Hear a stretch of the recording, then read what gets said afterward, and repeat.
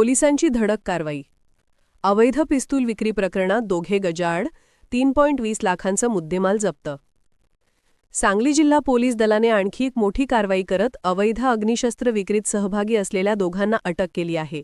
या कारवाईत पोलिसांनी तब्बल 3.20 लाखांचा मुद्देमाल जप्त केला असून त्यात 5 पिस्टल, 12 जिवंत राऊंड असा समावेश आहे. पोलीस अधीक्षक संदीप घुगे यांच्या सूचनेनुसार स्थानिक गुन्हे अन्वेषण शाखेचे पोलीस निरीक्षक सतीश शिंदे यांनी अवैध अग्निशस्त्र बाळगणाऱ्या आणि विक्री करणाऱ्या संशयितांविरोधात कारवाईसाठी विशेष पथक गठीत केले. या पथकाचे नेतृत्व सहाय्यक पोलीस निरीक्षक नितीन सावंत यांनी केले. गोपनीय माहितीच्या आधारे सहाय्यक पोलीस फौजदार अनिल ऐनापुरे यांच्या मार्गदर्शनाखाली पथकाने रमा उद्यान कॉलनी, ऑक्सिजन पार्क परिसरात सापळा रचला.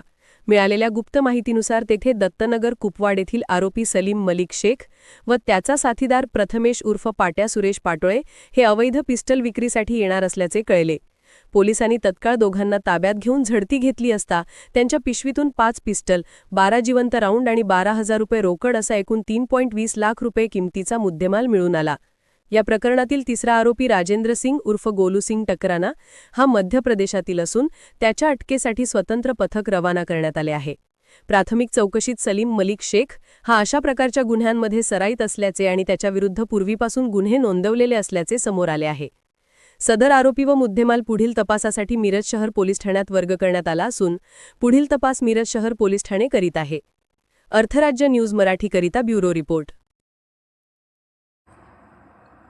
अर्थराज्य न्यूज चॅनलला लाईक करा, शेअर करा आणि सबस्क्राईब करा.